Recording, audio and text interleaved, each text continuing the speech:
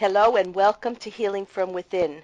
I am your host, Sheryl Glick, author of The Living Spirit, Answers for Healing and Infinite Love, which shares my experiences as an energy healing practitioner and medium, relating stories, miracles, and insights into the world of universal energy, our soul life journey, the afterlife, starting to show how we may use intuition for self-development. Today I welcome Garnet Schulhauser, author of his newest book, Dancing Forever with Spirit, who shares startling new revelations about our soul journey on earth and the afterlife that awaits us. Hello, Garnet.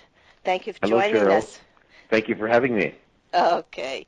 Garnet, as listeners of Healing from Within are aware, my guests and I share amazing stories of coincidences, synchronicities, miracles that take us beyond ordinary daily life experiences to experiences of the spirit of our inner soul journey, so we can soar and go within our minds and hearts to realms of life beyond this physical plane, and to know we are more than our physical bodies, much more than we sometimes appear to be, and are quite simply spiritual beings or energies having a physical life experience. Learning more about our inner intuitive soul connection to universal life is, I believe, the key to self-investigation and to self-mastery of emotions, so we can approach any event or challenge, make informed choices, and find ways to prosper, be healthy, and be in harmony with life. In today's episode of Healing from Within, Garnet, who lives with his family near Victoria on Vancouver Island in Canada, recounts his personal encounter with Albert, who appeared to be a homeless man, but turned out to be something else, and Albert offered Garnet a new view of his life and life beyond this physical plane.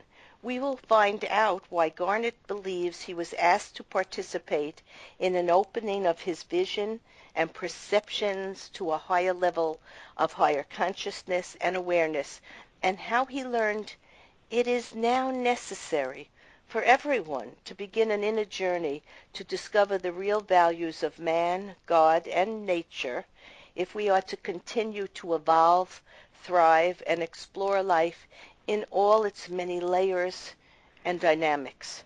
Garnet, I often like to ask my guests to think back to their childhood and any memories or thoughts that were important to them then and which are probably affecting them now, and if this is reflected in the life work and attitudes they embrace now as an adult.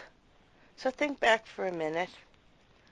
Yeah, I can't think of anything in my childhood that would have caused me to think that somewhere down the road, in like 2007, that I would have had my life transformed the way I had when I met the homeless man named Albert. So I don't think there's anything that I can recall that would have given me a clue that this was about to happen to me. I was raised as a Roman Catholic, and so I went to church and followed all the rules, and so that was my upbringing. And later on in life, when I began to sort of doubt some of the beliefs that the Catholic Church had taught me, then I was sort of casting about for a new paradigm to latch onto. And I had a bunch of questions, like everyone does, like who am I, why am I here, what happens to me when I die. And I was hoping to find those answers, and then I did one day.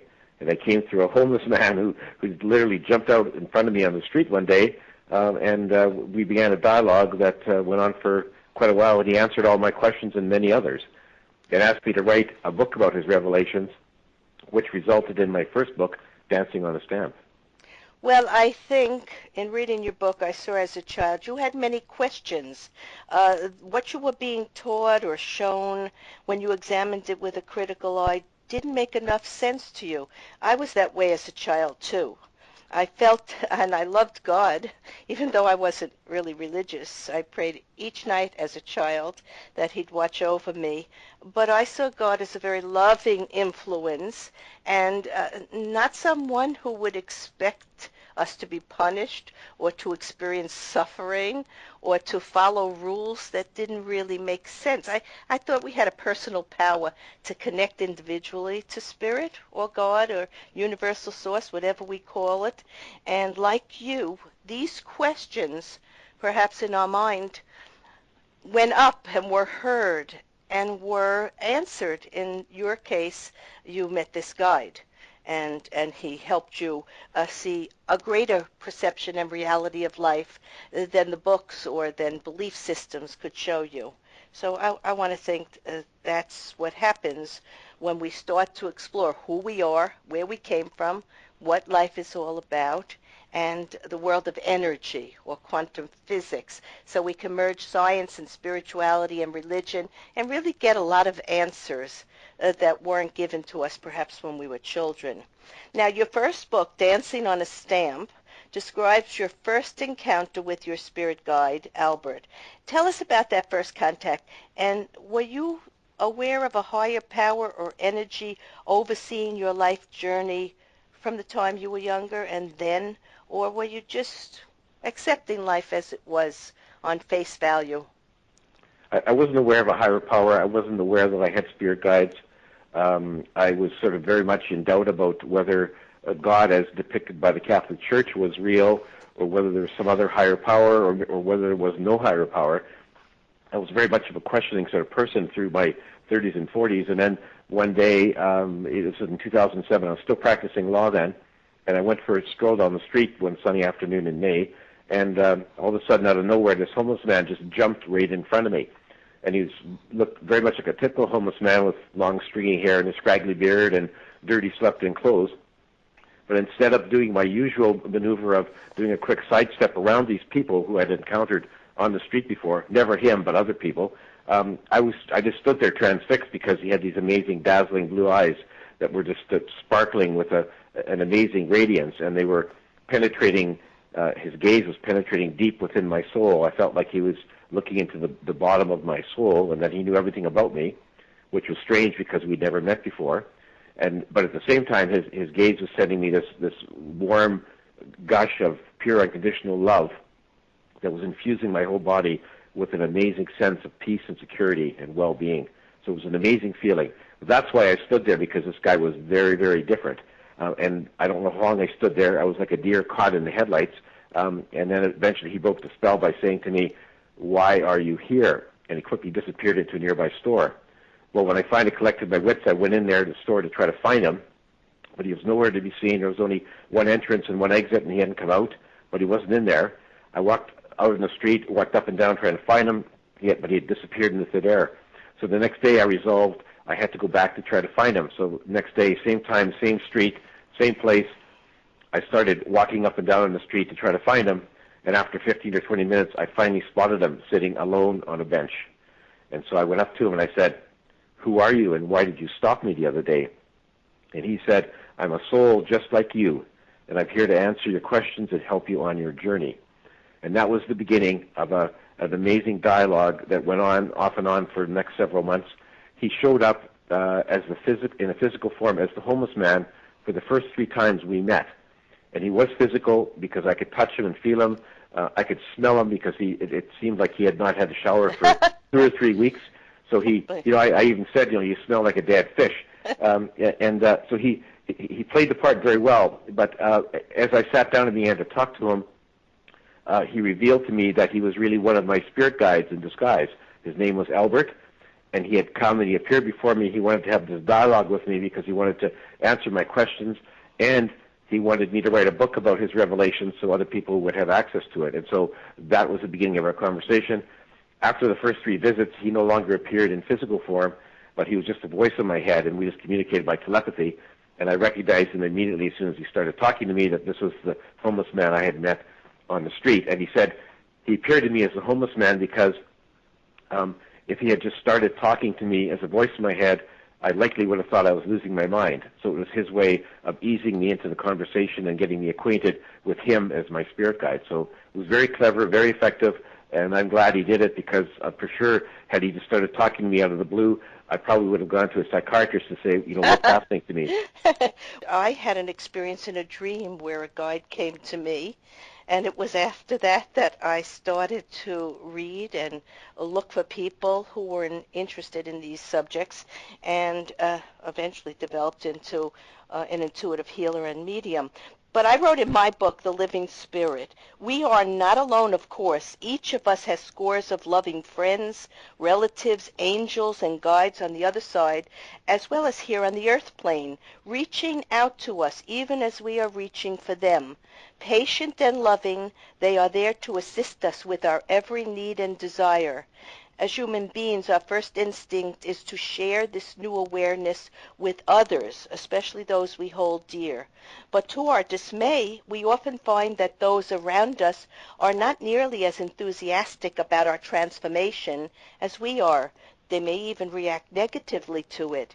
As we change, our relationships with friends, spouses, parents, even our children begin to change as well, and in ways that range from uncomfortable to downright painful. This is why many of us, even in the midst of our greatest connection, feel so utterly alone. So, Garnet, can you remember any reaction to the stories when you shared Albert with other people? Was this received with doubt or amazement, or simply written off as a midlife crisis? Well, I think it was a bit of all of that. Initially, I didn't tell anybody initially for the longest time after I met Albert that I'd met him, and eventually I sort of slowly leaked it out to my wife. She was very supportive. She's very much of a spiritual person. She has had a couple of spiritual encounters herself, with her mother who passed away and her father as well. So she's very much in tune with that. So she was fine. My two sons were very good, very supportive. A lot of my friends were very supportive and said, good for you to have the courage to come out of the spiritual closet and write about what you did. But there were some people who I lost. Some people just shunned me. And I'm sure they didn't say it to my face, but I'm sure, Sheryl, that they probably thought that I was, becoming senile. But, I expected that, and I knew that some of that would happen. But you know what? It was all for the better, because I lost some of my old friends, but I gained many more new ones. So, and overall, it's been an amazing transformational experience. So Absolutely. I experienced exactly the same. Some people would just roll their eyes. But when I discovered this truth, the greatest truth of all, that there is eternal life, we're energy, and we are here to enjoy experiences and feel emotions and improve our soul, refine our soul, I thought it was the greatest thing, because I did not believe it before I had many, many experiences, and now I know it to be true. And there's only 20% of us in the world who really can say that we know this. 80% of people are very much living a physical life, which is okay, because perhaps that's what they are supposed to be experiencing at this time. So what you just said, I concur with you. I had many of the same reactions. But, however, you had a wife who was a great support to you, which you were very lucky to have. I think that was great. So now tell us something about your series of astral adventures, and describe what you saw on your first visit to the spirit side. Well, after my initial set of dialogues with Albert, where we communicated by telepathy, then after a period where he sort of went out of my life for a while, he suddenly showed up one night. I woke up in my bedroom, and I saw this ghost-like ethereal figure standing in the doorway of my bedroom. As it moved closer to my bed, I could see it was my old friend Albert in his homeless man disguise, but he was in astral form. And he said to me, I've come to take you on a series of astral trips so that you can, to the spirit side and to other places in the universe, so that you can write about what you see in your next book. And so then he literally reached out and grabbed my astral hand, pulled it out of my astral body, out of my physical body. I turned around and looked at my body, physical body was still laying asleep in bed. And he said, come with me, and he just sort of led me up through the ceiling. We floated up through the clouds and hovered above our beautiful planet Earth for a second or two, so I could look back to see what a splendid sight our planet was from that perspective in space. And then he took me through a shimmering doorway, which he said was the doorway to the spirit side. And it was sort of all black with a shimmering outline. And as soon as I stepped through, I found myself in the middle of this beautiful, lush green meadow with luxuriant green grass and majestic trees and wildflowers resplendent in 1,000 different colors. And it was just an amazing, peaceful, bucolic scene. And we walked down the path. I was following Albert, and we went up a low hill. At the top of the hill, I noticed a group of souls waiting for me on the bottom. And as we got closer, my heart skipped a beat because I recognized who they were. They were my mother, my father, my brother, my grandparents, and various aunts and uncles who had already passed over from the earth plane. And then to my delight, running from behind the group was my little dog, Oscar, who had passed away 10 years before. And his little tail was wagging his whole body as he raced towards me and to give me a big greeting. And so, very nice reunion. I was a bit apprehensive about my mother, not because I didn't love her dearly, but because she was a very staunch, religious Roman Catholic lady when she lived on Earth, and I wasn't kind to the Catholic Church in my first book, and so I was apprehensive about what she thought. But she allayed my fears. She just wrapped me in a big hug and said, you know, everything's okay. If I was still on the Earth plane, I'd be very unhappy with what you wrote, but now that I'm here, I can see the whole picture, and I agree with everything you said. So that was a relief. So that was a nice reunion, but Albert didn't let me dawdle. Albert always had an agenda for me. So then he marched us off towards a white city that he called a Glick. The buildings were all white and gleaming. And there we marched down the street and went into a building he called the Hall of Wisdom, where we had a meeting with the Council of Wise Ones. Is that the same as the Akashic Records? Did you think that building was that? Well, no. The hall, the Akashic Records are on the spirit side. They're actually in a building called the Hall of Records. This was the Hall of Wisdom. So the Akashic Records are in a different building. I ended up going there on one of my astral trips, but my first visit was to the Hall of Wisdom, where we went into this large chamber, and we met with this what he called the Council of Wise Ones.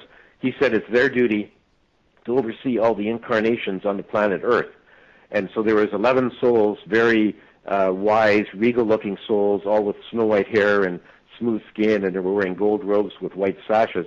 They're all sitting around this sort of horseshoe-like table, and the chair is sitting in the middle. The chair of the committee, her name was Sophia. She's the one who addressed me. She said, "We asked Albert to bring you here because we have a message for you to take back to your fellow humans." And so that's why I ended up having a meeting with the Council of Wise Ones. Tell us about the power of thought and how miracles are performed. Well, Albert explained to me, I can't remember how we got into the conversation, but he said to me that thoughts are very powerful. They're beams of energy that fan out and affect other energy and thoughts in the universe. And so he says, you know, when you're walking down the street and you think you're having a conversation with yourself, you know, be warned that you're actually having a conversation with the universe, because all of those thoughts that are rolling around your head actually spin out and fan out and affect things in the universe. And more focused thoughts are more powerful than scattered thoughts, just like a laser beam is more powerful than the beam from a flashlight. And so thoughts are very powerful, and focused thoughts can do many amazing things. He said, like, you know, miracles, the miracles attributed to Moses and Jesus and some of the other people in the Bible, he said those were caused by those people. There were souls who were masters who had incarnated on earth to help mankind, you know, better themselves, and that these masters had become very adept at tapping into the energy of the universe and focusing their thoughts so they could perform their miracles, like walking on water and turning water into wine and feeding multitudes with a few loaves of bread and some fish. So those things actually did happen. They performed them, and that's just because they learned how to utilize their thoughts. And you know, most of us aren't capable of doing that because we only utilize like 10% of our brain power. And then once we learn to utilize more of it, someday we'll be able to do things just like Moses and Jesus did. Absolutely, the Bible. It's happening now. Absolutely, Yeah. It's beginning to happen. We are beginning to move greatly into a new spiritual realm. And you know, when I was a little girl, I thought anything the mind could think of could be created. When I saw Star Trek and how they transferred a person through this tunnel and the molecules all broke up and then they traveled to another place, I said, we'll do something like that. So it's absolutely true. What we focus our mind on and our intention, and if we follow through and allow, accept, and surrender to the possibilities, anything is possible. There is nothing that we are not capable as spiritual beings to create, but we have to conquer the fear and limitations of the physical world and our ego or mind reality to do that. And that's what all the masters have always been able to do. No, truly they're a soul, an energy form, and they have the power of the divine because they are the divine. They're part of the divine. Every soul on earth is a small spark of that divine force. Now, you wrote, all souls go to heaven when their physical bodies die, terrorists and murderers, and you wrote, life on earth is a way for souls to learn and evolve without any concern about retribution or punishment. Murderers do not go to the spirit side as a reward for their crimes. They go to the spirit side because there is no other place to go. All souls start out from the spirit side and return there when they die, regardless of what kind of life they lived. Murderers and terrorists will have a difficult time conducting their life reviews, as they will then fully understand the pain and suffering they inflicted on others, for which they will be very remorseful. Other souls will not criticize or shun murderers, as God does not judge the souls. All part of God does not judge and will forgive them unconditionally. After a while, the murderers will be eager to return to earth in another life so they can make amends and live a better life the next time around. So everything in life is but an experience to develop greater love and compassion, right? Absolutely. Everything is an experience, and we came here to experience these things to grow and evolve as souls, as you mentioned, for sure. And so the matter, and we plan certain things before we're born in our life plans, but because we don't remember what's in it and we have free will to act, we're very often going to stray off course. And sometimes, so we all make mistakes, we all take wrong turns, but it's all a learning experience, and we can gain wisdom from everything that we encounter in our lives, whether it's good or bad. And some people just go way off course, the murderers, and they lose control of their negative emotions and they cause them harm. But as Albert told me, at the end of the day, they go back to the spirit side just like the good guys. And that may seem unjust to some people, Sheryl, but that's just the way it works. Well, I'm beginning to understand that that's what unconditional love is. And a soul of great compassion and unconditional love will be able to do that. Will be able to understand everything as it is right, all is as it should be, and eventually that other soul will correct itself. So I'm starting to feel more comfortable with that than I used to be. So how might we begin to integrate the messages shared by Albert and other guides and the many mediums and visionaries and integrate them into modern day life to create the future that perhaps Spirit wants us to work towards? Well, what we need to do, according to Albert, is we need to, first of all, curtail and discard our negative emotions like fear, anger, hate, and greed, because that's really what's holding us back as a human race. And to do that, we need to fully embrace love, compassion, and forgiveness. And so it may be hard to do to someone who causes you harm, to turn around and forgive them and love them unconditionally, but that's really where we have to go, Sheryl. And by doing that, we can raise our vibrations, our vibratory rates, and eventually we can ascend up to what Albert calls the new Earth, which is our planet in a higher dimension. That's where we need to go. But as long as we keep on maintaining our negative emotions in varying degrees, we're not going to get there. So that's the first obstacle. I agree with you. And parents and all of us have got to begin to understand we are each a soul. And we should say it to our children. And we should teach them that because they are a soul, they have great personal power and ability to follow their own dreams. And I want to thank you, Garnet Schulhauser, author of Dancing Forever with Spirit, for sharing your amazing insights from heaven and for infusing into the human experience through your writing the divine hope for a clear, concise, valued perception of the possibilities for moving into a state of higher consciousness, unity, and oneness, instead of living in separation, fostered by many old belief systems and societal mores, which have forgotten over time the valued and treasured connection we all have to each other and to spirit and to eternal life. To learn more and to purchase Garnet's books, go to Garnet Schulhauser.com. In summarizing today's episode of Healing from Within, we have journeyed alongside Garnet and Sheryl, who feel blessed and honored to have opened the channels of communication to those life forms and the intelligence of universal wisdom, which offer us a clear remembrance of our spiritual soul presence that defines and directs our physical life journey, our thoughts, actions, and behaviors. If we remove the fears and limitations of our mind or ego-based reality, to remember we have the potential to build a life of personal joy, happiness, and also improve the planet, we will evolve into more compassionate and loving beings. There is a major shift now, and many humans are in the process of expanding their consciousness and transitioning to a higher vibrational frequency, and in the process shedding many negative emotional states.